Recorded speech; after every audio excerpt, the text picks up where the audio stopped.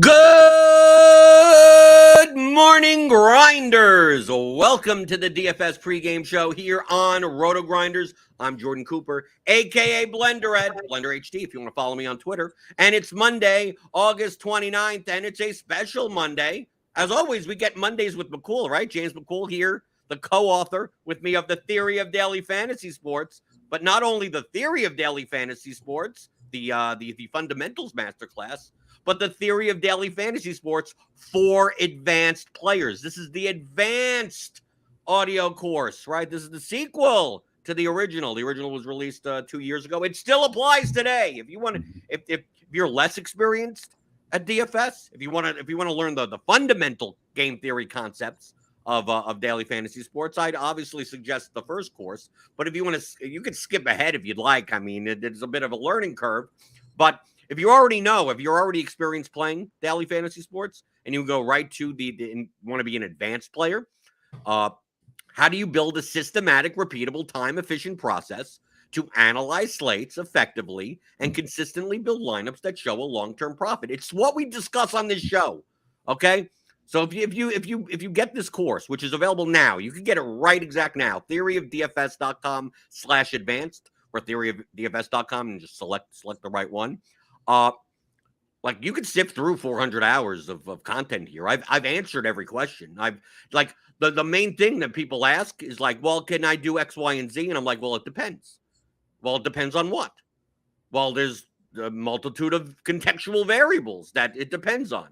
Well, I go through all those contextual variables in one spot. You get it all in one spot, right? So it's not as long as the first one, but I mean, dude, if you listen to this 10 times, right? I don't know if I can answer any other questions. I just literally, I'm not sure. I'm not sure I can explain it any further, right? Everything they can possibly want to know. I don't know if there's anything else. So like, if this is, to me, this is the ultimate reference guide, the absolute and unequivocal reference guide on you want to build a plus EV lineup. Well, what character traits and considerations and all these contextual variables, how do you put it all together?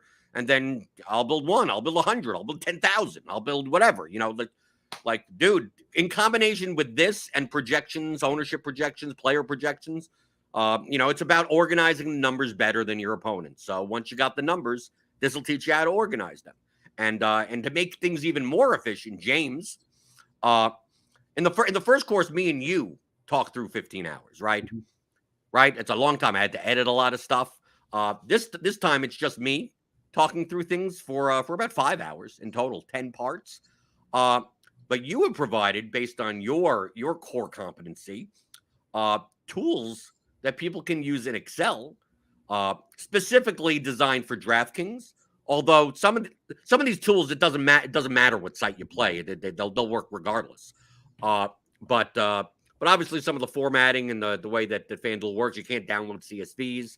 So we're not supporting, from a technical level, FanDuel, but you can make them work. Many of them for FanDuel, so they will be helpful nonetheless.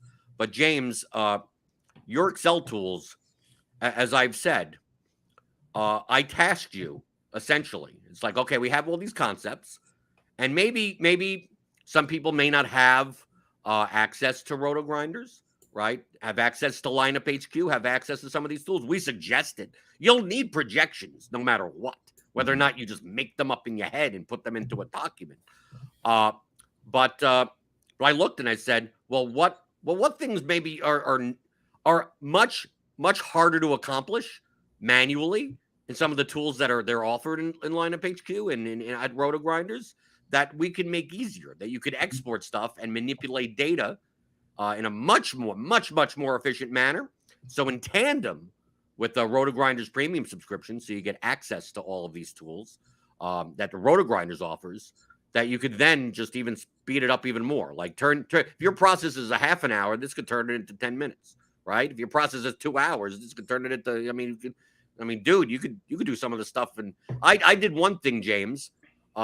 I trimmed the portfolio. I looked at its correlation. I went through some stuff. I simulated some lineups, and in total, from like export from Lineup HQ to having lineups that I would upload in a DraftKings CSV entries to just, here's my lineups, there we go. I was for a 20 lineup set, right? I did so in less than 3 minutes. Yeah, that sounds about right. Because the way that we have put this together, all of the tools play nicely together. So you can take your runs over at Lineup HQ. You can build out however many lineups. I mean, I built up these tools to basically take up to 5,000 lineups. So however many you feel like building, I guess up to 5,000 lineups. Obviously, just as a caveat, I always have to bring these in just so people don't yell and bitch and moan. Is that the more lineups that you're putting into these tools, and the more different they are, and it may make Excel work a little longer, a little harder. Yeah, and we will see that as well, especially with the correlation matrix. That one is probably one of the most complicated tools that I have ever built for private clients or for something like that. It doesn't, James. This tool literally does not exist anywhere. No, it literally doesn't exist anywhere else. It's a completely unique and exclusive tool to Theory of DFS. It's not anything that you'll find anywhere else in the industry. The portfolio trimmer as well. Mm-hmm. Although you see, the thing is, the portfolio trimmer you could do in any optimizer manually to some extent. You could filter and sort. I don't want these. I don't want those. But to do certain of the functions even quicker, this tool is just a little bit more efficient. But the portfolio, the correlation matrix tool, dude, there's literally nothing on the market like that. It's incredible. I think that it is, one, it's very pretty.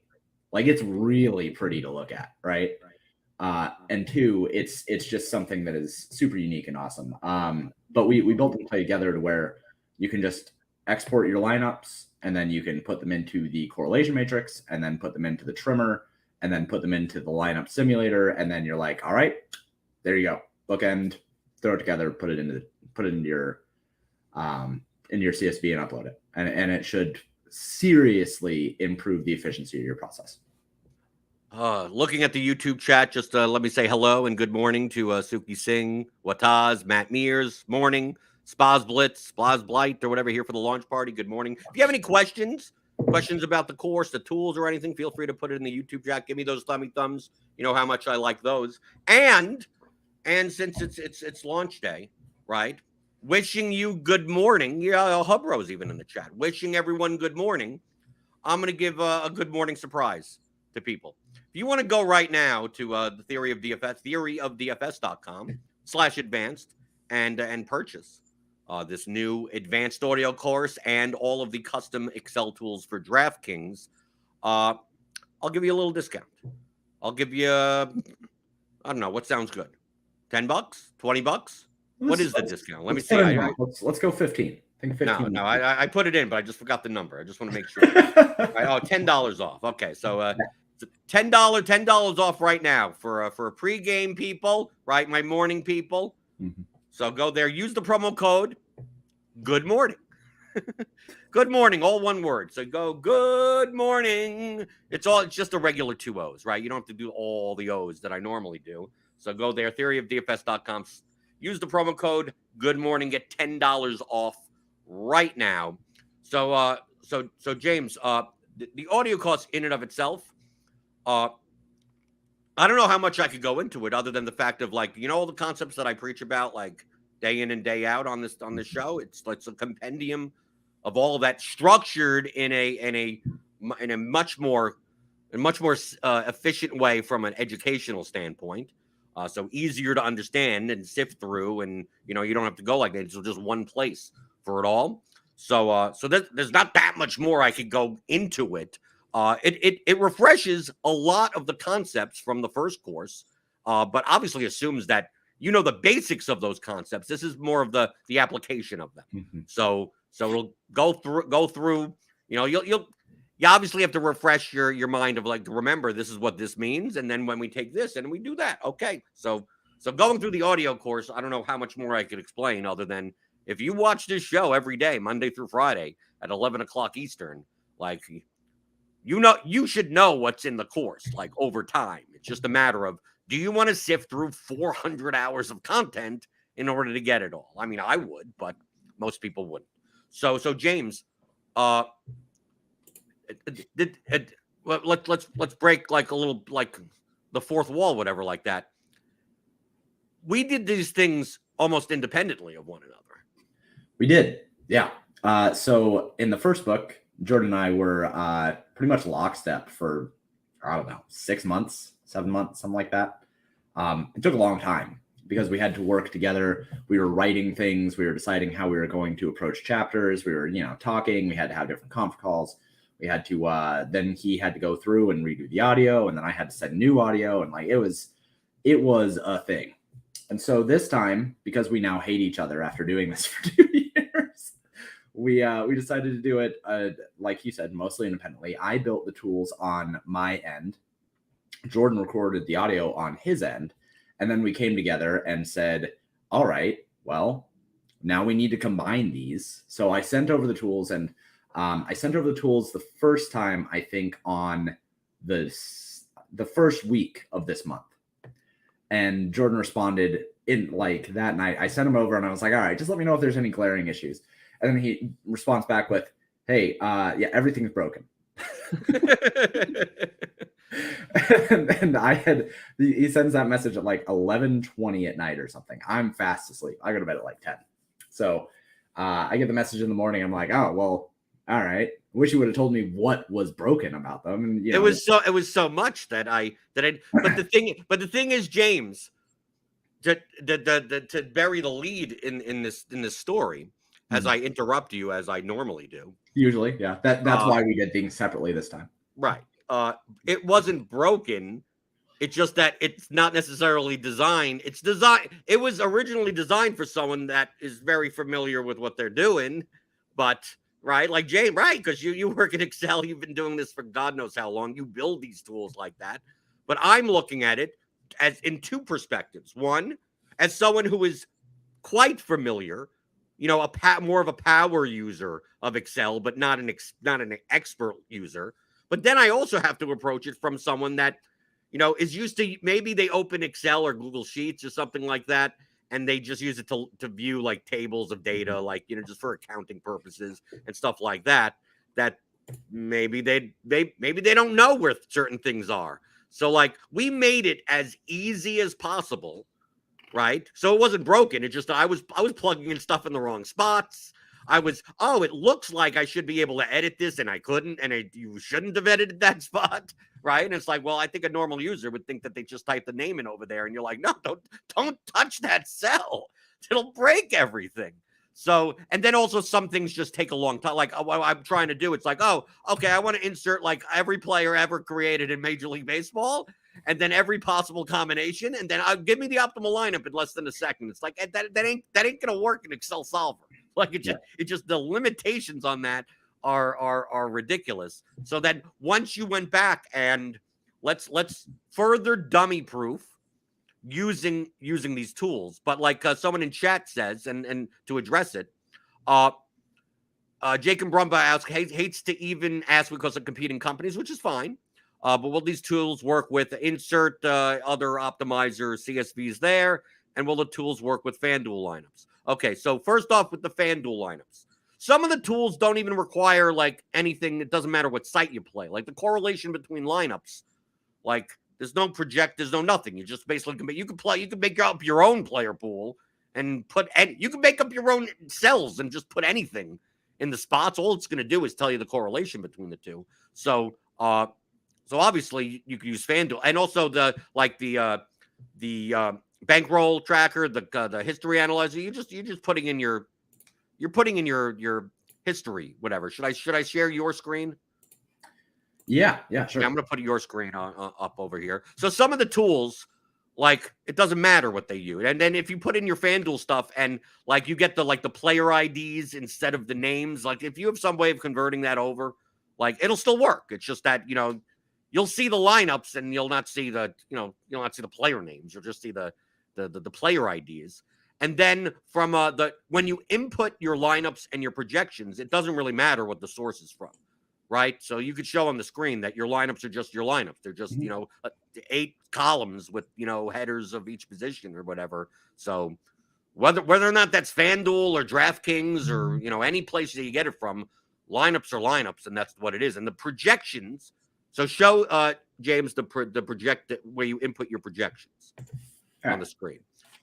Okay, so each document, if you need to input projections, will have a sheet. So they're all separated by sheets. So you'll have an insert lineup sheet, an insert projection sheet. And those are the sheets where you could touch. You could clear out stuff and input your stuff. So you don't have to worry about like, oh, maybe I cut and paste this over the wrong spot in the main tab. And then it gets, then everything starts to break. And as always, just because I'll say this multiple times because I know I'm going to get emails. If you accidentally do something where you're editing and you screw up a function, you're like, I deleted this sheet by accident. You could always go to the course again, log in, and just re-download the original file, right? Mm-hmm. It's even suggested that when you get the files and the zip file, just put them all in a separate folder and then make copies of them and then save those all the time. So you always have a little resource of like, screw everything up if I accidentally save my document and I didn't want to, and like you always have the original file. They'll always be available to you. So where you input the projections, as long as you match the columns properly, you don't even have to use all the columns. I mean, most of the sheets, sometimes you don't even need the ceilings and the floors. Sometimes you don't even need the ownership if it's not comparing ownership. But the main columns are basically the names, the salaries, the position, the median projection, the ceiling projection, the floor projection, the ownership, and you're good. But we have made it just because, we're here at RotoGrinders, that the projection sheet matches exactly to lineup HQ output. So you don't even have to worry about matching the columns. You could literally, like, you could show on the screen. You could just cut and paste. Like you download like on I'll go to my screen. So here we have, and also understand we have video tutorials for each of the tools. So James walks you through. This is how you cut this over there, and this is how you edit. You enter this thing over there, and it shows you X, right? They'll show you everything. But if in lineup HQ, if you want to download the projections from lineup HQ, all these columns, you can just hit this little button here, right? If you see up over here by upload aggregate, you just click it and you get a CSV document. And then when you open it up, you're going to see all these rows and all these cells. And let me switch back to your screen, James. All of those headers in lineup HQ for the projections, they match up completely. So you could just literally just click that little triangle thing in the corner. So I just downloaded the projections from RotoGrinders for baseball. Okay, is this for like MLB today? Yeah, this is just baseball today. So it's just going to show you. I mean, you can literally see. I'm going to move this. See how it's the same? It's the same. So all you have to do is just all of A, keep holding down that left click all the way over to Q, Control C, minimize, right click here, paste values. That's there you go. You're done. Doesn't matter. You don't have to order anything. It doesn't matter. You could have empty, this player isn't projected. Who cares? Now, if you are using projections from any other source, whatever, it doesn't matter. No skin off our back here, of course. These are tools for you to utilize. All you have to do is make sure that you are pasting them into the appropriate column on this page. The other thing that I'll say is a quick disclaimer as we are talking about these things. Do not ever delete out of rows or columns on this page or the insert lineups. Anywhere where you insert something, never, ever, ever, ever, ever, ever, ever, ever delete. Only clear contents. Okay, so if you delete, that means my computer explodes. For all intents and purposes, yes. Okay, because what do you sound like? Because people may not understand the difference. They go, "What do you mean delete? What happens if I just want to delete my projections there?" All right, because they think in terms of oh, if I delete it, that means I could now paste something over it. Like there's a difference between delete and clear in Excel. Yes. So delete means that it removes the rows or the columns or the cells from all references and formulas across the workbook. Clear means that it clears the cells or the rows or the columns of any content that is within them, but does not remove the cell, row, or column from references and formulas. That is a very important distinction here. Now, as Blender said, if you break something, just re-download it. Like, if it breaks and you're like, what is blah, blah, blah, you know, whatever, you can always reach out to me. You can always send me an email. You can always reach out to me on Twitter. I am a very good dev. I will give dev support, and I'll try to help if they are like, if it's just a little thing, right? But if you break something, just delete that file and re-download it, and it'll be clear and it'll be clean. Isn't the common technical support answer for most things turn it on and off again? Yes, absolutely. Yeah, absolutely. Yep. Mm-hmm. So important to say that. But yeah, it's really, really easy. All you're doing is just like, a lot of the time, all that you're going to have to do is just drag over, copy, and then throw them on here. Right. Okay, I'm going to answer a question from the chat. Can you build like maybe 100 lineups in Lineup HQ for MLB, and make it a more diverse set? So make it like you're just, you know, you're trying, you're just, maybe you're making 5-man stacks. Like make just like a very, like, at least that you're not just building 100 cash lineups where it's at least, you know, some reason, you know, you want to have the most of 20% of a stack, the most of 50% of a pit, you know, something very, very basic. So we get like 100 lineups. You mean something like this that I already built this morning in preparation for this quad? Oh, you did? Oh, okay. Before we go further, let me at least answer the question. I thought I was giving you the opportunity to spend, you know, 30 seconds while I answer this.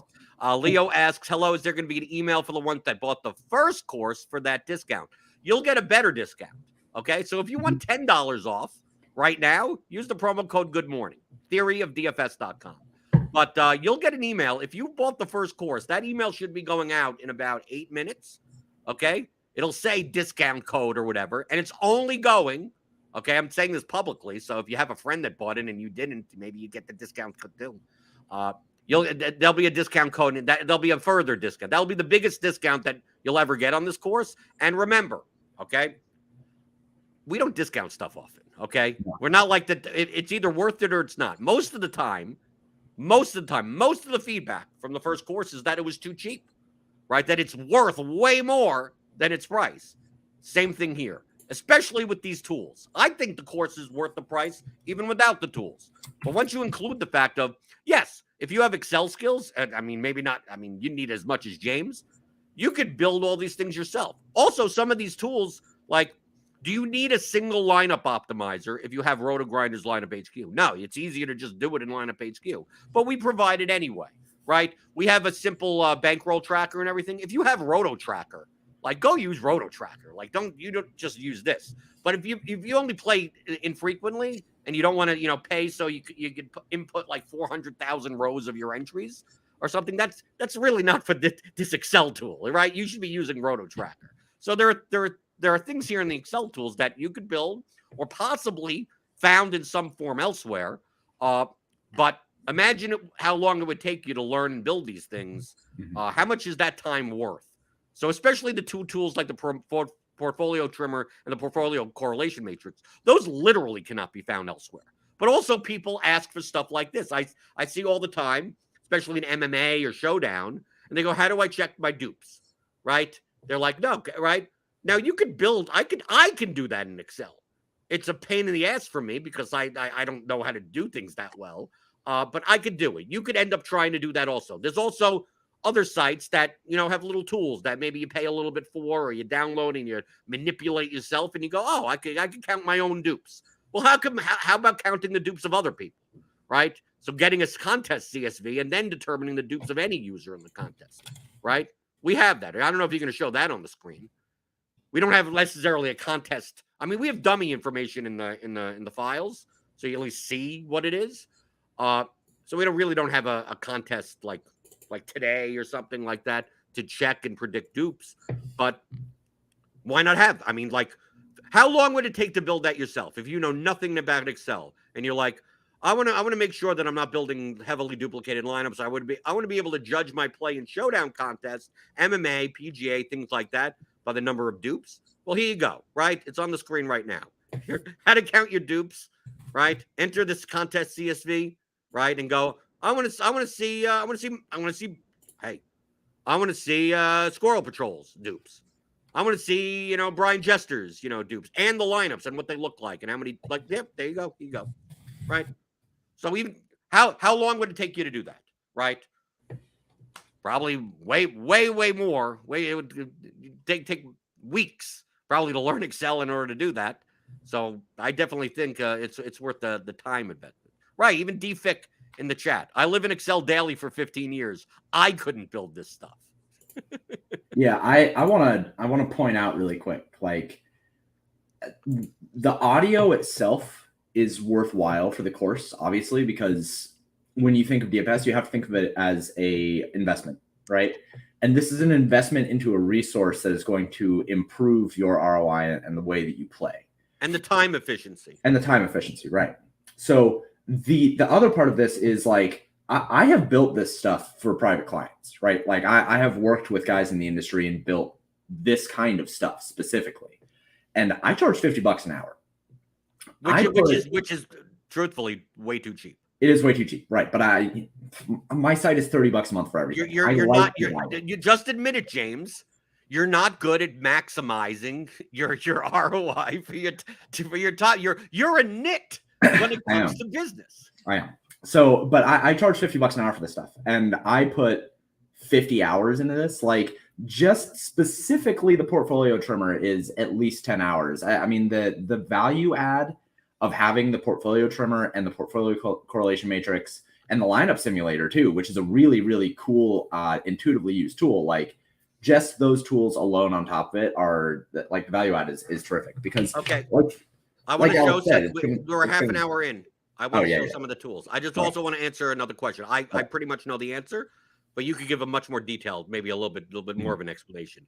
Cable Fix Trash, which I'm assuming is not his real name. Can you update lineups, or I'm assuming the tools in Excel using a smartphone? I don't use a laptop, so just curious it could be done with mobile apps. You know, I haven't tried. I think that there is likely going to be ways to do it with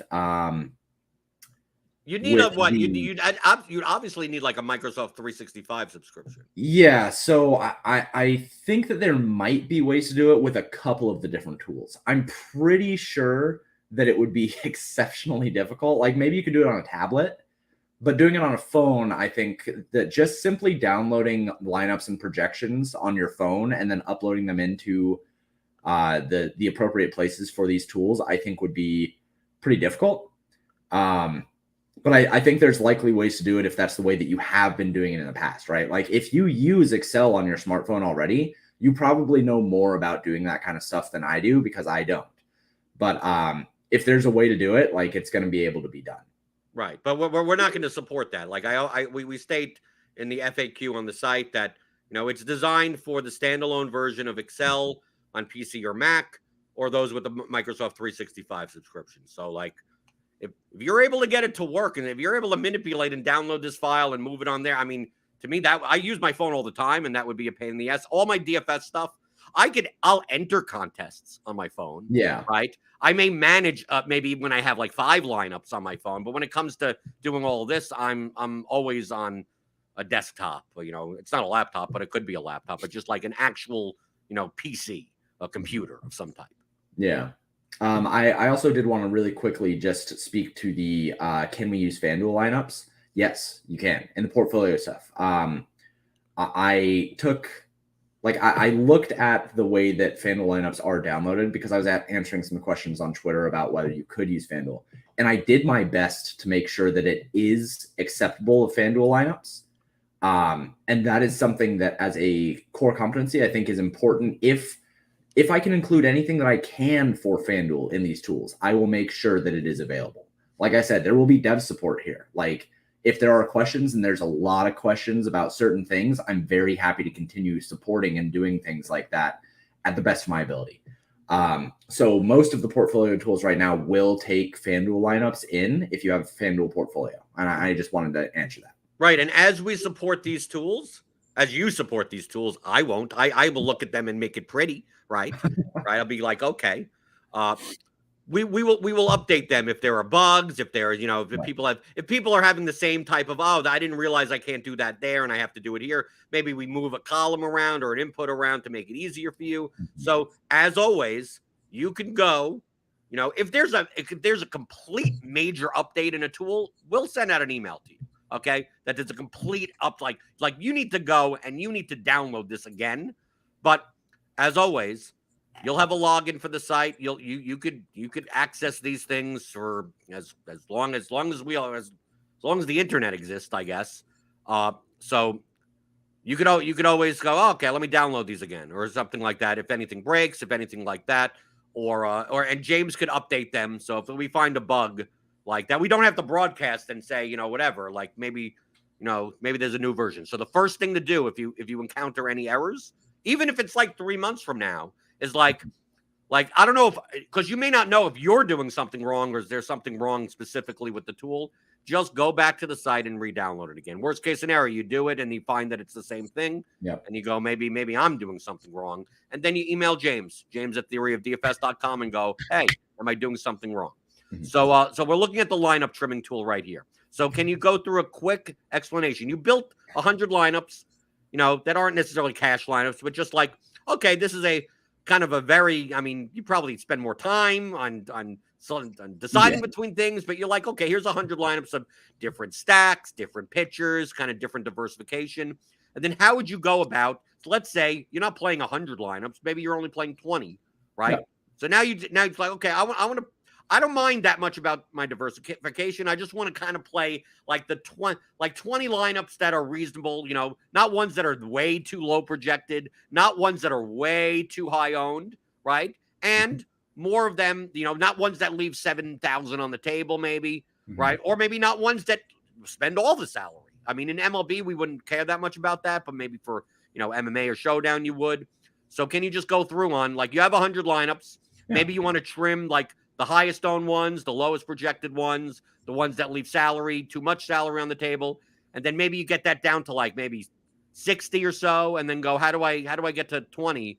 And, I want to play the ones that are the best proportion of projection of ownership. And how would I do that in the tool? Yeah, so like I already showed, first what you're going to need to do is you're going to need to insert your projections, right? So we have our projections file here, and I'm just going to copy it again, drag over, copy it, come up here, right click, go down to paste values. You don't necessarily have to paste values. It's just something that as a data person, it's just much easier. And then you're going to go over to your lineups, right? And then you're going to do the same thing. I do suggest copying the lineups themselves and not from the rows down. You absolutely can do the same thing that we just did with projections, but I prefer to copy this way. Come back, go to insert lineups, right click, paste values. So now we have all of our lineups, we have all of our projections, things are ready to rock. After you put both of those things in, then you're going to click this button here that says load into Portfolio Manager. And you're going to do that, and then it is going to load in the Portfolio Manager. So here's all the lineups that we just put together. It's going to initially tell you the stack. It's going to tell you price, floor, projection, ceiling, ownership, based on the projections that you put in. Now, it is worth saying that if you don't have floor or ceiling projections in your projections file, then you're not going to have those, and that's okay.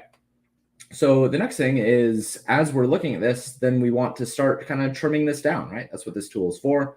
So there's a couple different ways to do that. We have two different trimming tools here. We have a threshold trim, which is going to look at each one of these thresholds, and it's going to trim the lineups based on that. So right away, you can say something like, okay, I am looking at this, and I know that I only want the top ownership percentage to be 205, right? And then we can say, and I only want lineups that are above 45,000 or more. So we can do that, and then instantly we can just hit trim thresholds, and there we go. So now we've just removed all lineups that have more than 200% ownership or 205% ownership and are below 45,000, right? So now can I jump in for a second? Yeah. Very quick. That only removed 4 lineups. Okay, you only removed 4 lineups. Let's say I did that accidentally. I go, uh-oh. And then if you did that and you said, uh-oh, then you can just hit reload portfolio. And there you go. So you're not leaving, like, your lineups kind of are still, they're kind of still there. If you trim, for instance, let's say we do all this and go, I'm looking to trim for 20 lineups, and then you trim so much that you're only left with 4 lineups, and you're like, I think I trimmed too much. Yeah. Like, so feel free to just show that portfolio. We can show that, right? I mean, we can trim this based on, we only want things that are 49,000. And so let's trim that right away. And then we're going to say that we only want projections that are above 120. We can trim that, and that's going to give us this. And then now we're going to hit our smart trim. Okay, before you, no, you hit it. Well, but we broke it. We didn't break it. We didn't break it. What is smart trim? Okay, so smart trim is it's kind of the core competency of this tool, right? It gives us the correct proportion of ownership versus projection that we have within our portfolio. This is, of course, Jordan's baby. This is the thing that he preaches all the time. And what it is doing is it's looking at the projections and the ownership of the lineups, and it is saying, okay, it's creating a reference point of the highest projection and the ownership of the highest projection, right?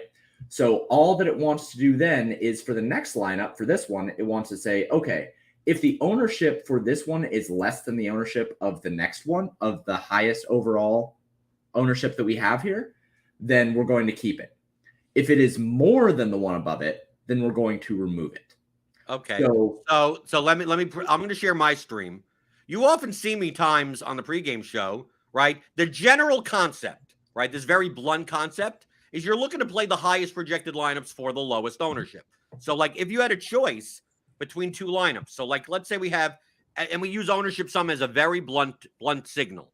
So I see here, like I built 20 lineups, for instance. I don't know, whatever setting, whatever, it doesn't matter. So let's say I have a choice between these two lineups, for instance. I have one lineup that is projected for 114.82 as a median, and this second one is 114.78. The first lineup is 183 percentage points in ownership. The second lineup is 192 percentage points in ownership, which means the lineup below it has a lower projection, but is actually higher owned. So the first one, theoretically, would be better. Doesn't mean both lineups could be good, right? But one would be slightly better than the other. So especially if you're weighing through hundreds of lineups, or you're trying to decide between, I have 50 lineups to choose from and I only want 3. Like the blunt way of doing so is to just say, well, as the projection gets lower, the ownership needs to get lower as well. So to filter that out, we could do this in lineup HQ. Okay, so understand that this is not like something that is impossible to do. Is that I showed how to do this on a manual level, right? Because we could filter from other things. Those thresholds, we could do that here. We could sort this and then cut out lineups and whatever. But that whole proportion between projection and ownership, there's no function in lineup HQ nor in any other optimizer, any other tool I've ever seen, where I could go through and go, okay, well, this lineup is more on in sorting by fantasy points. Like this lineup is too high owned, so I'm going to get rid of it, right?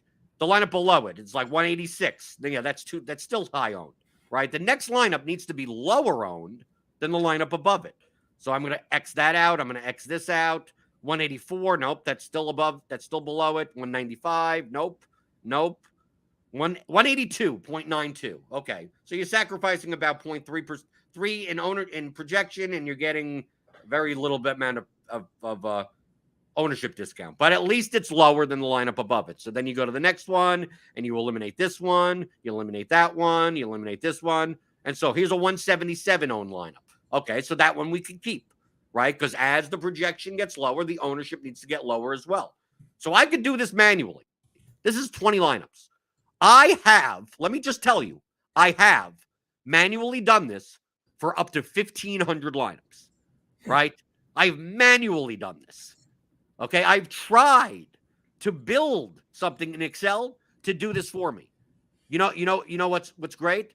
I would personally, even though I recorded the audio of this course, give James the price of this course for you to just, not all the tools, but literally just this one tool. Because you know how much time it's going to sit? Like, dude, on some MMA slates, I may do this and manually, and I'm sorting through way more lineups because of duplication.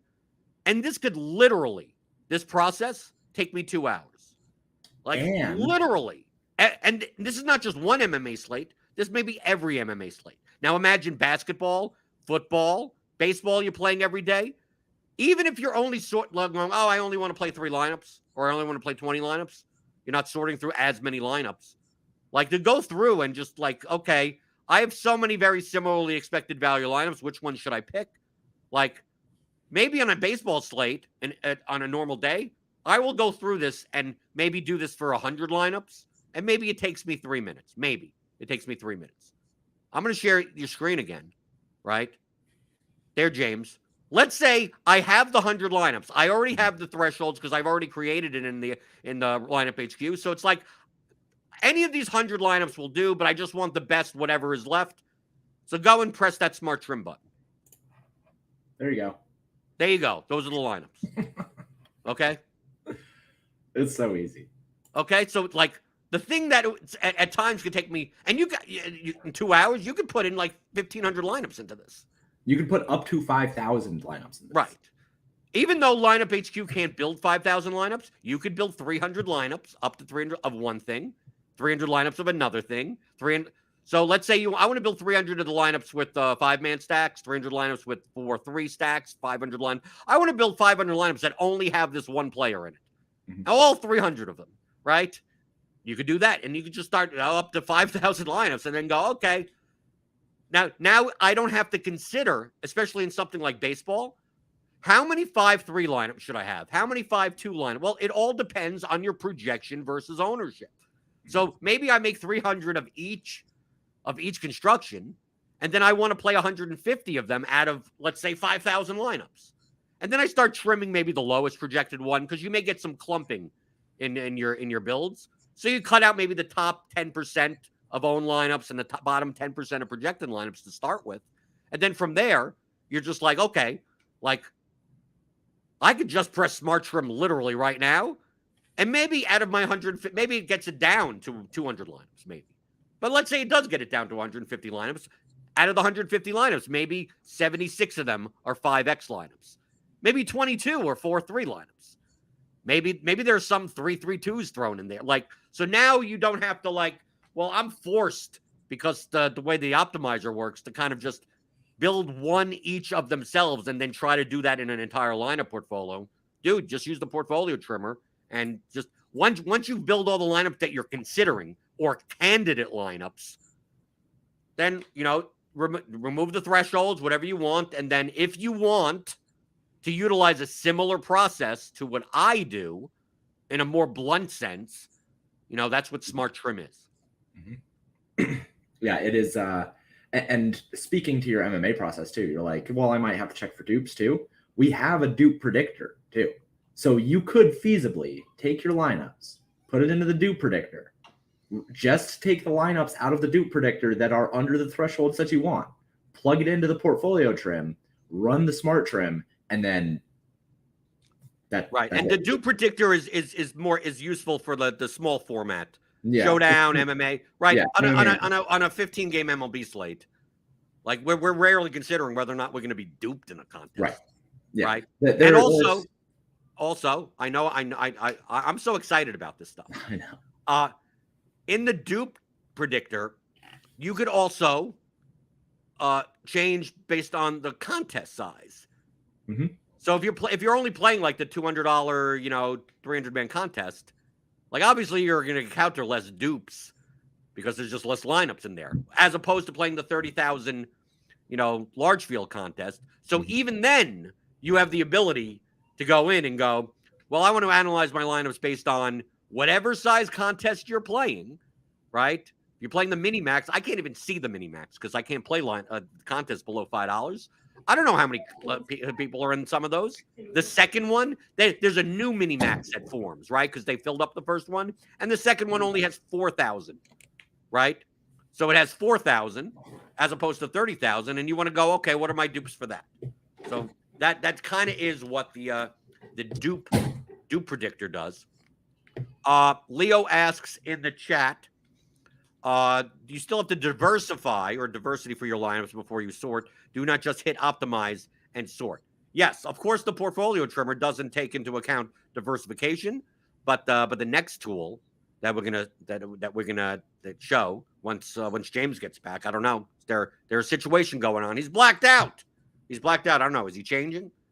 Is he going to the bathroom? I have no idea. Let's see. I'll put my screen back. So when he comes back, he'll show the portfolio correlation matrix tool, which is something that literally does not exist in the industry at all. In any sense, I mean, literally in any sense. But what your process would be is to use the portfolio. So basically, you'd build lineups in an optimizer or like lineup HQ in a lineup builder, and then once you get some candidate build lineups, right? Just candidates of lineups, maybe a lot more than you'll need. Then you could go to the portfolio trimmer, right, and trim by whatever thresholds or as much smart trim as you want, and then you could take your lineups, and then since it's not considering diversification at all, you could now cut and paste those lineups into the portfolio correlation matrix, which will then tell you the diversification of your portfolio. It will also show you the R values, right? The R2 values of each player to each other. And then also weigh that at a lineup level. Meaning that if you have 20 lineups, and let's say, for instance, Gleyber Torres and Corbin Burns, out of the 20 are in all 20. That's an R value of 1. So you'd know that. You go, okay, all my Burns lineups have Torres in it. Because it turns out you probably are getting that by using Smart Trim, because both players are much more significantly under-owned than they should be compared to the projection. So obviously this is all related to how accurate your numbers are. You start screwing around with the numbers. You start saying that in MLB, some batter that's 1% owned has a projection of 40. Like, dude, he's gonna Smart Trim is not like you'll have 100% of the guy, right? Because the only way to get less ownership and more projection is obviously that guy provides you so much relative value that he'd appear in all your lineups, right? That would happen in basketball a lot, right? You get that 4K guard that projects for like 40 points because someone is out. Like, you're more and more likely to get him in like nearly all of your line, even with the Smart Trim. So that portfolio correlation matrix tool will just tell you how correlated the combinations of players in your lineups are to your other lineups. Okay? So then you'd never get in the situation, unless you want to, where it's like, oh, because people will go in and they'll play with exposures in lineup HQ. And they'll go, I want 50% of this guy, and I want Burns in 50% of my lineups and Montas in 50% of my lineups, right? They'll do something like that. And then they'll build lineups and they go, oh, look, I got 50%. I got more than the field. I got below the field. I'll do something like that. And let's say they're building 20 lineups. Like, dude, 50% exposure could mean that Burns is in 50% of your lineups and Montas is in the other 50% of lineups. They're never together, right? Or it could mean, and more likely the way that optimizers work, it's more likely that your first 10 lineups will have both of them, right? And then your next 10 lineups will have neither of them, right? So by going into the portfolio correlation matrix tool, you'll be able to see this. And then if things are too combined to each other, right, or too correlated, two players are too correlated, it will calculate a score on a lineup level of how many players and the combinations. It's almost like a binomial coefficient, okay, to be a little advanced. Okay, James is back. Okay, did you change? Did you have to pee? What happened? No, Damascus isn't feeling well. We've all had COVID this week, so sorry. Oh, whatever. I'm sorry. Promo code COVID. Can we do that? I'm turning everything into a sales opportunity. Okay, as you should. Okay. What I want you to do while I answer this question is get a whole bunch of lineups to trim, right? And trim it down to make sure you get around 20. So even though if you use Smart Trim and you're only getting 4, that's I want a little bit more lineups than that. So just make sure you're trimming to what you want and you're getting around 20. Because what we're going to do, James, is take those 20 now and then put it into the portfolio correlation matrix tool. Cool. Okay, right. So I'm gonna share your screen instead. Matt Mears in the chat. If the pros were annoyed with you before for giving out too much info, they are going to hate you now. LOL. Well, if I wasn't going to do it, someone else will. I mean, like that's really my attitude with this. First off, like I always say, I know this is a very cynical take, but it's true. There are plenty of people watching the show right now, right? They're looking at this going, wow, this is great, right? A lot of you, I hope a lot of you, go right now to theoryofdfs.com, use the promo code GOODMORNING, get $10 off, and buy this right now and start looking at the tools and using them. Use them for today's MLB slate. I'd love for that to happen. But you know what will end up happening? Even for the people that 90% of the people that even buy this course will play around with some stuff. They'll listen to the audio and then go back to just playing whatever way that they were playing and never really improving. Or they will start playing better. They will, they'll go, okay, I'm using this, I'm doing this, and maybe they even see better results. But they don't remain disciplined. They start getting lazy, right? They start making shortcuts, or because they, have a, kind of a degenerate type of mindset to play DFS. They're like, I don't feel like doing all this, even if it's 5 minutes of work. I don't even feel like doing this today. I'm just going to enter the random 20 lineups. I'm just going to, build lineups on the toilet, right? Or today's the day I feel like entering the Thunderdome, right? For no intensive reason, right? And then next thing you know, it's like, where did my bankroll go? What happened? Like no, because they're not disciplined. So to me, that's my cynical view of I could give out everything. That's 100%. You know me. I don't hold anything back. I think the only single thing that I ever hold back is the exact score of my ratings in my MMA spreadsheet. Only because I put them in I hacked the lineup HQ and put those actual numbers in. So if your process is the same as my process, we'll have the same exact lineups. And in MMA, you don't want duplicated lineups. So yes, with my process of what I do on the MMA show, on Fridays, you could get to pretty close rating numbers as me. You're gonna, if you do it the same way I do it, you're gonna kind of get really close. So our lineups are more likely to be more similar. But as long as I'm just not giving you here's the exact formula and here's the exact number. That's literally the only thing I do not share. So everything else other than that, there's no holding back. There's no I got to hold my edge or whatever like that. All I know is that if it wasn't me that's sharing this, at some point someone else would be sharing it, and that number one, 90% of people that play are unaware of any of this. Right? They're not watching this show. They're whatever.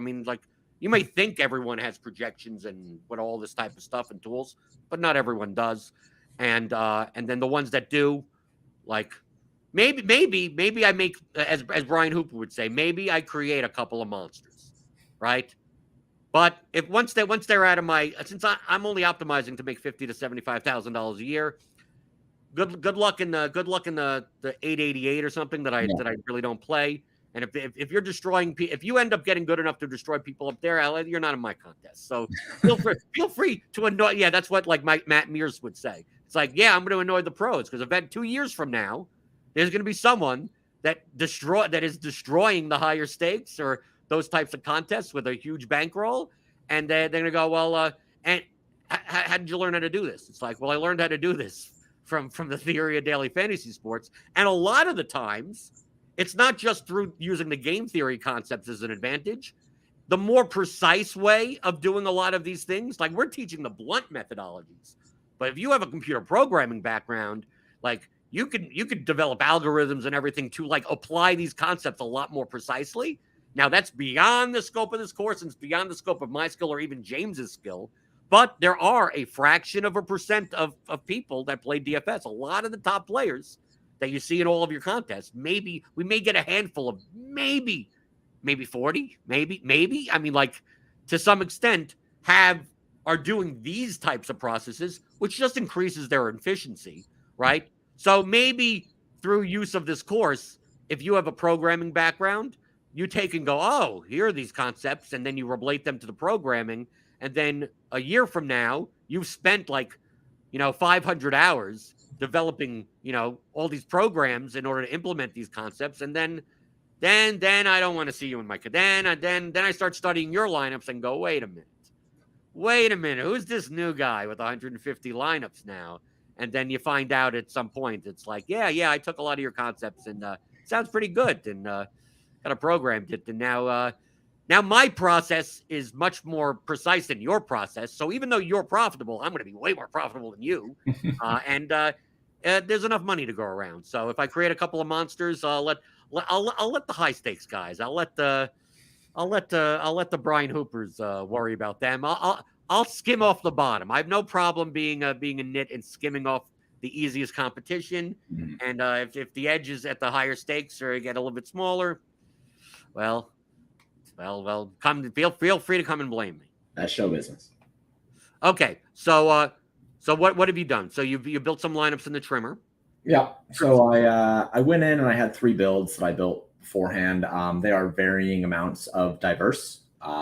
They are obviously going to have a couple lineups that are the same because I built them out. They're, the optimal is going to be the optimal, and then it leads on to the rest. So here's 21 lineups that I have trimmed out.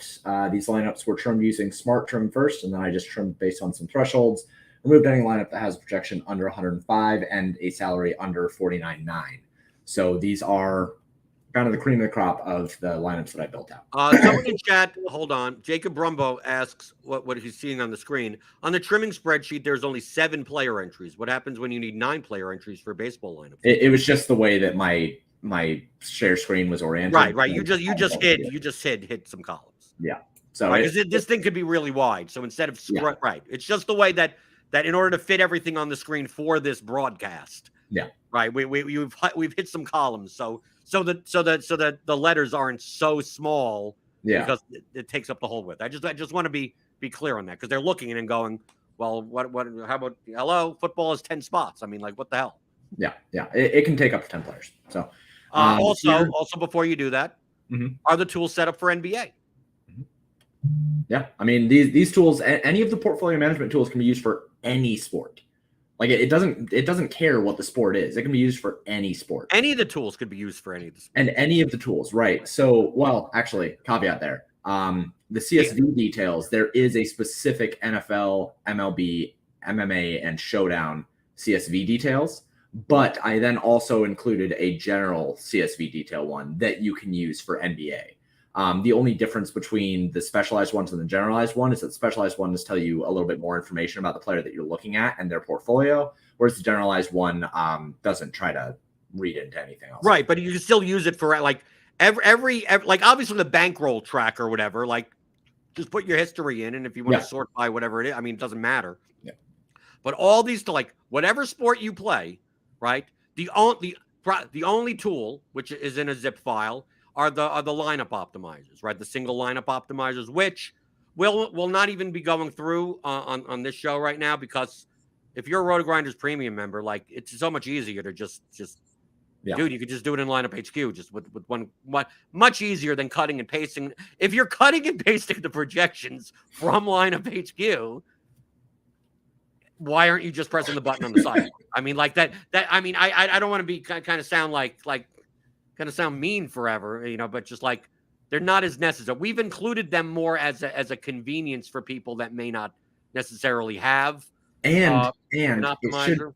It should be noted really quick before we jump over into the correlation matrix that the solvers, those optimizers, they run on a local maxima.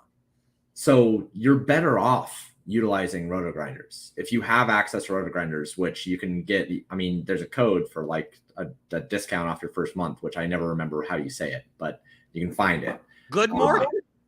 Yeah. So you can just use RotoGrinders. It works on a local maxima, so it will not work on a Nissan maxima. Shut up. All right. Let's go ahead and do this one. But basically, I just want to explain just very, very quickly what that means. It basically means that it has to Excel solver, like, is not as complex as a tool like lineup HQ that does a lot of stuff in the back end. So on your local computer, in order for it within a reasonable period of time, it has to take a smaller subset of, it has to make some shortcuts in order to find the highest possible, lineup based on your projections. And because of that, depending on the size of your player pool and your constraints and everything like that, sometimes it may not find the first one. It may find the second one. It may it's only based on a smaller subset, just so the tool could even work in some. You don't have to put it on and then go to lunch and come back 4 hours later. Right. Exactly. So we have our lineups here. We have 21 that we trimmed through. These are good lineups. We like them. They're our favorite lineups. We're going to run over. The only thing that we care about now in the lineups is that, like, are we playing too many lineups that are similar to each other? Mm-hmm. Right. So we there may be fun. Like, hey, you can make those. You could feel free to plug them in. You're like, okay, I think these are plus EV lineups. Plug them in. But it may turn out that it's like, oh, I have 80% of this guy, and I have 20% of that guy, and this guy is always tied with that guy. And maybe you're like, maybe I want to be more diverse. Maybe I want to be less diverse. But like, you have to analyze that. Yep. So that's why we have the portfolio correlation matrix. So here we're going to go ahead and clear the lineups. We're going to go back into the portfolio trimmer. We're going to copy our lineups. We're going to go ahead and paste them in here. And then this is one of the only tools that is not instantaneous. So depending on the amount of players in your portfolio, how large your player pool is, and the diversification of your portfolio, this will take either longer or shorter. Typically, it can take up to a minute for a very diverse portfolio with a lot of different players, or it can be very, very fast within just a couple seconds. My guess with 21 lineups on this, it's only going to take a couple seconds. But when you're ready to see the diversification and the R2s and everything like that for your portfolio, after you've loaded it in, all you need to do is load in your lineups for this one. You're going to go load lineups in the portfolio assessment. You're going to click, and then you're going to wait for however long it needs to go. Like I said, it went pretty quick here. So now we can see a lot of really, really cool things about our lineup. So we can see all of the R2 values, the amount of lineups that combinations are in, and the percentage of the portfolio that we have for 2-player combinations across your lineups. So for instance, Frankie Montas and Corbin Burns, the R value on those two is 100, right? So any lineups that have Frankie Montas also have Corbin Burns. It's in 14 total lineups, which is 67% of our portfolio. So you can see that, and you can see all of the different combinations here. Like, it'll run through every single combination of player. Then over here, you're going to see the correlation matrix between all the players. And here you can see in a full correlation matrix form, which like you usually are going to have to zoom out a little bit here to see the whole thing. But you're going to be able to, depending on how many players you're using, right? Yeah. You're going to be able to see the R2 value of every single player against every other player in your portfolio. So if it was a very, very highly correlated set of lineups, right?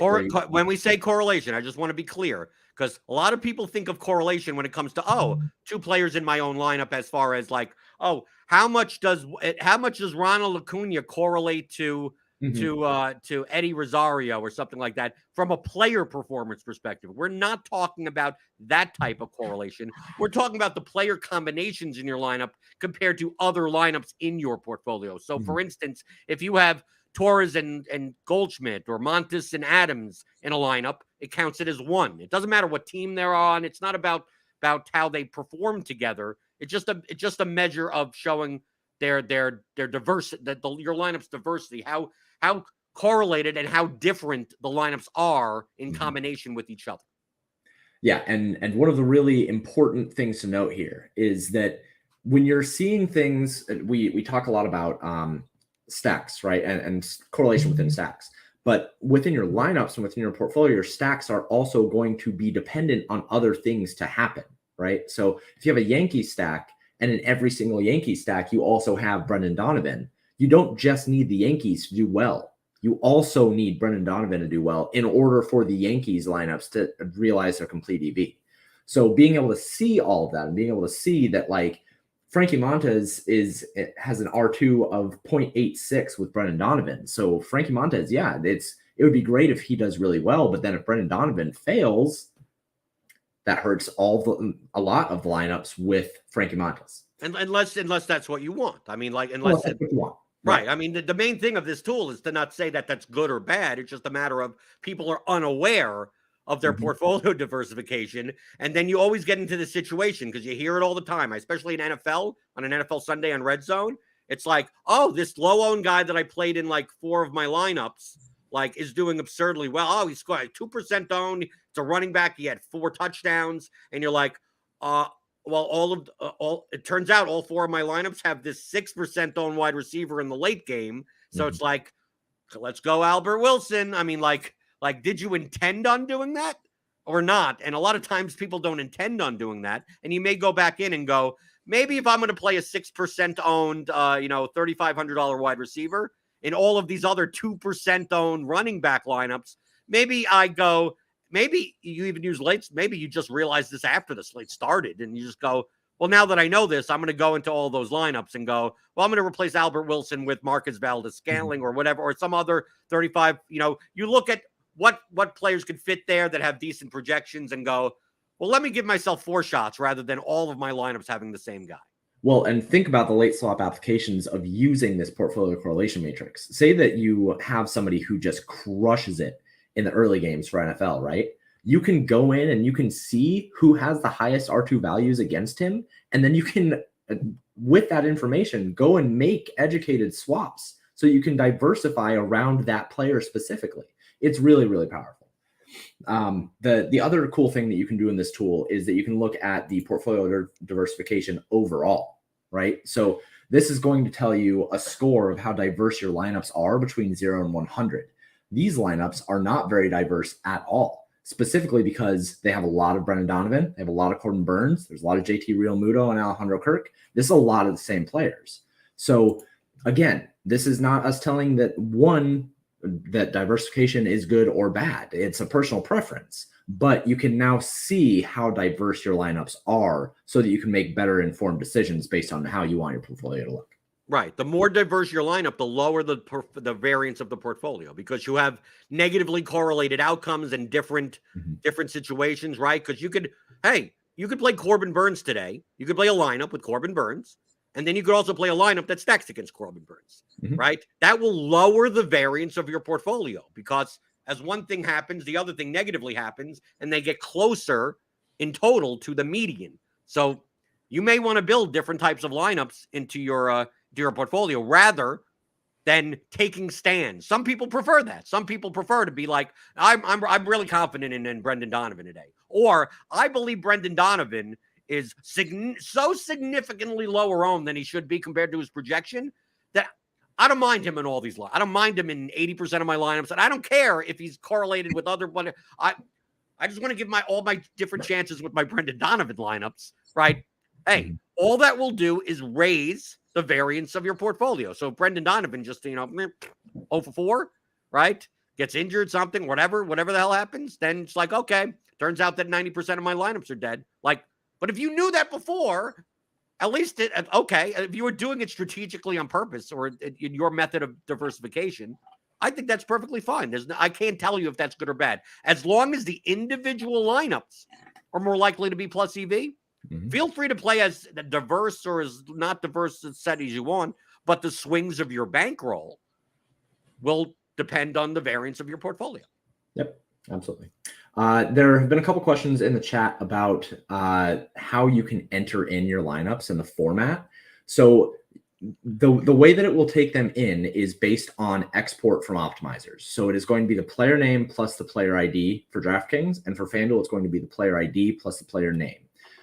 It will take both of those things. It is vital that there is a player name attached, though. Otherwise, it doesn't have anything to look up.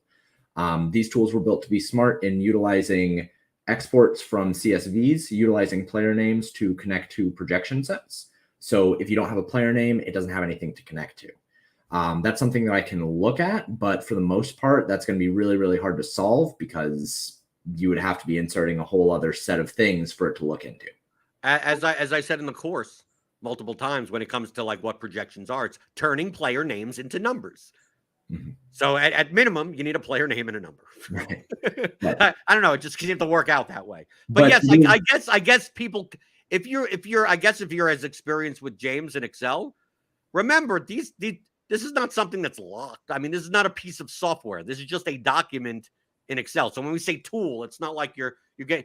If you don't have Excel, you can't even use the. I mean, you need Microsoft Excel, right? Also, you could convert these to use in Numbers or Google Sheets. Not everything is going to work in Google Sheets or any other spreadsheet program. Lotus 123, is that a thing anymore? I have no idea. It's not designed for them. If you have experience converting them and doing everything like that, and you feel free to go ahead and try. Feel free to. It's open to you. You could edit anything you want in these documents. So if you know what you're doing, add columns, add functions, do as much or as little as you want. Just understand we'll not provide technical support for you to. I know James says, oh, he's a great dev or anything like that. But I'm at least going to give the disclaimer. Let James break that disclaimer. But I'm giving the disclaimer that if you're like, oh, I'd like to use this in some other tool, Like don't email James expecting that to happen. That's, we're supporting for its original intended use. When I say that I'm going to provide dev support for the tools, I'm going to provide dev support for the core functionality of the tools specifically. So if there is a way that I can make the tools in their current form perform better, then I will happily look into doing it. Especially because a lot of the time the changes are not super significant. After the framework has been built, a lot of the changes, like if it's something that I think improves the tools, I will be happy to do it. So if you ever have suggestions on how to improve the tools, feel free to email them to me and I'll take a look at them and I'll say, oh, okay, well, if this is only going to take a little while, then sure. But no, I'm not going to. It's very unlikely that I'm going to be able to make core competency changes to the tools and adjust how they function completely. Okay, last thing I want to show before we get out of here. Because people may be watching or listening and going, well, I'm not building 150 lineups. I'm not even building, I'm not even playing GPPs, right? I'm just entering a bunch of head-to-heads. I'm just playing double ups or something like that. And a lot of the times on the show, so I'm going to switch over to my screen, right? Okay. We're on the baseball slate today. So I'm using the bat projections as of whatever, 1027 or whatever like that. I always say that the differences between the top optimal lineup and the 10th optimal lineup are not that dramatic, right? And people tend to be stuck on this. Well, the lineup, the optimizer likes this guy. It's like, no, it's just solving a knapsack problem. If you change the projection, it's going to change the line. I mean, like that's all it's doing. So it's just trying to fit in the most of this fantasy points number into that lineup given the positional and salary constraints. That's literally all it's doing. But the difference is, like if I build, 10 lineups, for instance, in lineup HQ, and James will do the same on his end. I don't know what projections you're using, but based on those projections. So if I just make sure to it doesn't matter, right? Just the correlation doesn't matter, right? Because we're just trying to get the 50th percentile and whatever. So here's the lineup. Lineup 1 has these players. Lineup 2 has those players. Now, they share a lot of players, right? There's Montes, Burns, Molina, Goldschmidt, Torres, Devers, Adames, Vierling, Fraley, O'Neill. This is Montes, Burns, Molina, Goldschmidt, Torres, Arenado, and Nootbaar and Yelich. So this is like a 3v3. The difference in projection, median-wise, between the two is 0.04. Once you factor in how much variance there is in baseball, there's truthfully, really, unless you were able to play the slate out like 17 trillion times or something, I mean, like some absurd amount, you're never going to notice. It'd be so ridiculous. The difference, but it's practically the same. From an outcome perspective, practically the same exact lineup. So, and then people get like, but I got to play the first one. I can't play the second one. But obviously, the median projection isn't the only thing that could be considered. Each of these players may have a different floor, a different ceiling. They have a slightly different distribution. Okay? But that's not represented. If you run this lineup, it's just going to do by median, or it's going to do by floor, or it's going to do by ceiling. But it's not going to show you all three at the same time, right? Well, what happens if you could just compare the top 10 lineups or whatever 10 lineups or just 2 lineups or whatever up to 10? Mm-hmm. And then just run a short 2,500 trial simulation and then see which lineups end up with the higher floor, the higher ceiling, the higher standard deviation, what their win rate in comparison to one another's. Because maybe for basketball, you're like, okay, the difference between the top 4 lineups or something is like so marginal, but I have to make some determination. Like in theory, maybe you just, you roll a die. And that may be fine, right? Maybe you go just like James and say, well, I don't want to be screwed by some type of mistake. I'm just going to play the highest owned one, right? So I know that more players or whatever. But if you want a little bit more precise methodology, I'm going to show James's screen, right? So did you take 10 lineups, like the 10 optimal, like 10 top or whatever? Yeah, this is just 3 players unique across basically the optimals, right? So here you go. You can grab them. You just go ahead and paste them in right here. You'll have to enter the projections as well. So let's go ahead and grab the projections. Again, we're just going to grab these. We're going to paste them here. And then, now we have our lineups. So this is a lineup simulator. This will simulate each lineup 2,500 times against each other and record how often each one wins. It'll record the median outcome. It'll record the ceiling, the standard deviations. You can insert a little bit of randomness so that you can see based on the randomness of each one. But this is a very, very good little decision maker for if you're ever trying to make these kinds of choices between 10 lineups. And here's a little tip. That randomness number, we may change this. We may change it so it doesn't say randomness, that it says percentile. What that number is what you're consider bluntly in your head. That's what you're looking to optimize for. So, for instance, if you're playing cash games, you're looking to optimize for 50th percentile outcomes. So you should have 50%. It should be the 50th percentile. I don't want to call it randomness because it's different than the randomness that's in like lineup HQ, right? It's not that type of randomness. How it applies to players and lineups in an optimizer. So, like, if you, let's say, for instance, you're playing triple ups, maybe you make that number 66%, right? Because you're optimizing for that percentile. If you're playing small field GPPs, maybe you do 80, right? You're trying to get like somewhat in the 80. Maybe if you're playing the largest GPPs, maybe you make that like 90 or something, right? Which gives a little bit much more variance in all of these lineups. And then you you can run the simulation multiple times because obviously different sets of 2,500 may get slightly different results. Yeah, it's pretty cool. It's very, very easy to use. You can just refresh simulations as many times as you want. As you can see, when you're changing up the randomness, if you go 33%, standard deviations are going to be considerably less. You can see the win percentages each time. So you can just keep rerunning it. Lineup 2 looks like the one that is probably the best here. So best for what? When you say bet, using the term best is always horrible. I was referring specifically to win percentage. It was the lineup that at 33% was giving. Okay, so think of this in terms of the lineup that out of the 10 that hits the 33rd percentile the most often out of the 10. Is that a good way to tell it? No, it's not. So this is assuming. So if you put the randomness to 0%, it's going to give you straight up the medians. There is no deviation from the median at all with 0%. If you have a 33%, this is assuming a 33% deviation from the mean, right, or from the median. So now, as we continue to up more randomness, then we're going to see a larger standard deviation from the original mean. Right. So 100% would be one standard deviation. Yes. Okay. So you could even put 200%, which would be ridiculous. But you can do it.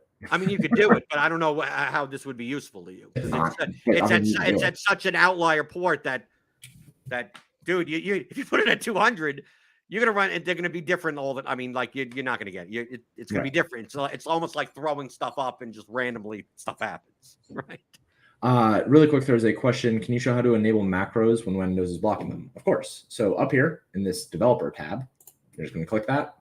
You're gonna go to macro security. You're going to enable VBA macros, and it says not recommended, potentially dangerous, but whatever. But that's how you do it. Right. On a Mac, if you go into preferences into security, there's a radio button for you. You don't even have to get the developer or whatever. You just enable macros. It will show you. It will have a parentheses that says this is not recommended because it just means that you're going to trust what the program runs. I assume you trust us, right? If you don't have that radio button, you could still run the spreadsheet. It's just every time you open the document, it'll ask you to enable macros. Yep. So there you go. There. I mean, we had a long show today. I mean, these are tools that we'll be showing off just in our normal DFS process on the show, in future shows. I just want to kind of run through kind of like, the 10 poll stuff, right? The preview, especially the stuff that pretty much you're not going to be able to find anywhere, rather than show stuff that, you could kind of do yourself, but it gives you a little bit more efficiency. So James at theoryofdfs.com, obviously theoryofdfs.com, promo code good morning to get $10 off right now at theoryofdfs.com. And as I said before, if you purchase the first course, you should have already gotten an email that has a discount code that's a little bit more. and that's only available for the next week. So look in your spam folder or whatever like that. If you have any questions further about the course, the audio, if you're listening to the course and like I don't really understand this one thing, you could always find me in the premium Discord on RotoGrinders if you're a premium member, in the Blenders Game Theory channel. Or you can email me, Jordan@theoryofdfs.com. I prefer email over DMs for questions because it's kind of hard to like answer people in very small spaces on Twitter. So if you email me, I respond to pretty much every email, right? Even if it's a quick answer. Sometimes it may take me a while. If it's a support question, it's going to be immediate. For some odd reason, I bought the course and now I can't access it, or I'm getting a problem downloading something, or there shouldn't. I don't think there should be any of those. But if you have any of those types of issues, I typically respond back extremely quickly. Yeah. But if you just have questions about obviously game theory and these tools, the game theory stuff and the audio course stuff and the concepts, just direct to me, Jordan@theoryofdfs.com. And anything about the tools, James@theoryofdfs.com. And you could also be found on Twitter, right, James? Yeah, you can find me at paydirt_DFS on Twitter. And like I said, I am more than happy to listen to people giving ideas on how to improve the tools. And, shoot me an email at james@theoryofdfs.com. You can also find me in the Paydirt Discord, which is free to join. So if you have any questions about the tools, you can find me there and I can answer them kind of more straightforward there and give some explanations and stuff like that. So, right. And obviously on this show, I will be using tools to some extent and show it. So as far as like the strategic value of the tools, not just the how-to type of stuff, like you could always ask me that. When it comes to like, well, how to find, what would you be looking at here? What would you be looking at there? What would we be doing there? Like you could always ask me, just go in the YouTube chat, give me those thummy thumbs, right? I like the thummy thumbs in the morning. You could always ask me that type of stuff. But as far as like technical support or future development or, very outlier cases, if I have this thing here and I'm not sure if it works like that, I'm not the Excel genius, right? James is the Excel genius. Yeah. Okay, so there you go. I was excited. To me, this is an exciting show. I'm sorry for barging in so often. No, this is awesome. I'm always really excited. We've been working on this for months now, and I've been chomping at the bits to get it out since the beginning of the month. So I'm just happy that we were able to get it out well before NFL season, so people have plenty of time to listen through everything and get acquainted with the tools. And for all intents and purposes, 5 years from now, this course and the tools most likely will have the same value. Yep. Right. All the concepts, all the everything that's in the course, unless DFS dramatically changes the format or something. Even if it does, you could still use the concepts to beat the new game, whatever format that is, because it's just game theory, it's math and financial concepts. So it still applies to that. And the tools, assuming that DraftKings just doesn't say, hey, we're all in on Rainmakers and bye DFS, which is what it kind of seems like sometimes. Recently, that they should apply to everything also, right? Put in your lineups, put in the contest CSVs, use it any way you want, right? Mm-hmm. Any Excel has an update, it should work. It probably doesn't work for Excel and for Windows 95, right? Probably doesn't, right? If you have one of those computers, you have a 486 from 1994, probably doesn't work, right? But it should support any version of the past decade or so of Excel. Mm-hmm. Yep, absolutely. Okay, as always, thummy thumbs on the way out the door. We got a baseball slate later today. MLB, that's still going on. NFL's coming back next week, right? It'll be NFL all the time. It's going to get to the point where I'm sick of NFL, but that's what the people want. I enjoy playing the NFL. Why? The weakest opponents, the weakest fields, the biggest fields. So it sucks me in anyway. So tune in later today, 5:00 Eastern for Grinders Live. They'll be covering the MLB slate tonight for you. Then followed by that is Crunch Time. There's probably weather, right? There's always weather going on. Roth will be updating you on that. They'll be giving you strategic advice leading up until lock. and then I'll see you tomorrow. And after tomorrow, I'm gonna be off for a week. I'm gonna be up in Chicago. I won't be back until the following Tuesday. So James, next Monday you get a day off for a day off for Labor Day, right? You get a day off for Labor Day. Exciting. You don't got any do any more labor. So I'll discuss all of this tomorrow also. And as always, answer your DFS strategy questions like I always do on the DFS pregame show on RotoGrinders.com.